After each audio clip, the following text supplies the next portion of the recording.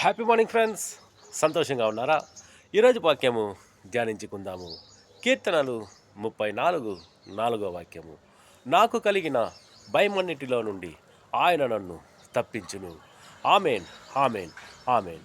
అవును, క్రీస్తునందు ప్రియమైన వారులారా, మనలను సాతాననే శోధకుడు ఏదో ఒక రీతిగా భయం అనే ఆందోళనకు గురి చేస్తున్నాడా? మనలను భయం అనే ఆందోళనను గురిచేసి మనకు శ్రమలు అనే సమస్యను తెచ్చిపెడుతున్నాడా? వ్యాధి బాధలు తెచ్చిపెడుతున్నాడా?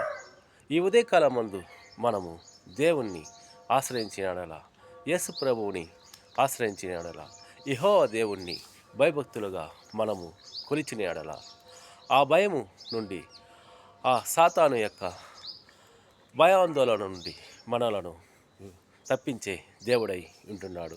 మనకు విడుదలనిచ్చే దేవుడై ఉంటున్నాడు. దేవుని యందు భయభక్తులు గలవారికి ఎల్లప్పుడూ యేసు ప్రభుల వారు ఆశ్రయమిచ్చే దేవుడై ఉంటున్నాడు. మనలను ఎంతగానో ప్రేమించే దేవుడు. మనలను భయాందోళనకు గురి చేయుడు.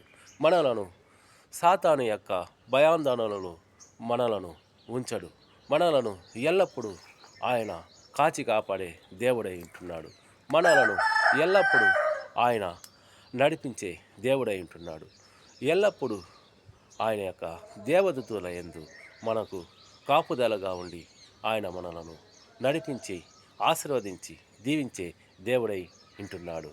ప్రియమైన వారులారా, ఈ ఉదయకాలమందు మనము యేసు ప్రభుల వారిని స్తుతిస్తామా, ఆరాధిస్తామా, మహింపరుస్తామా? Amen, amen, amen. ఫ్రెండ్స్, ఈ చిన్న సందేశాన్ని యేసు ప్రభుల వారు ఆశీర్వదించునుగాక, దీవించునుగాక. వినే ప్రతి ఒక్కరిని యేసు ప్రభుల వారు ప్రేమించి వారిని దీవించునుగాక, నడిపించునుగాక. Amen, amen, amen. Praise the lord.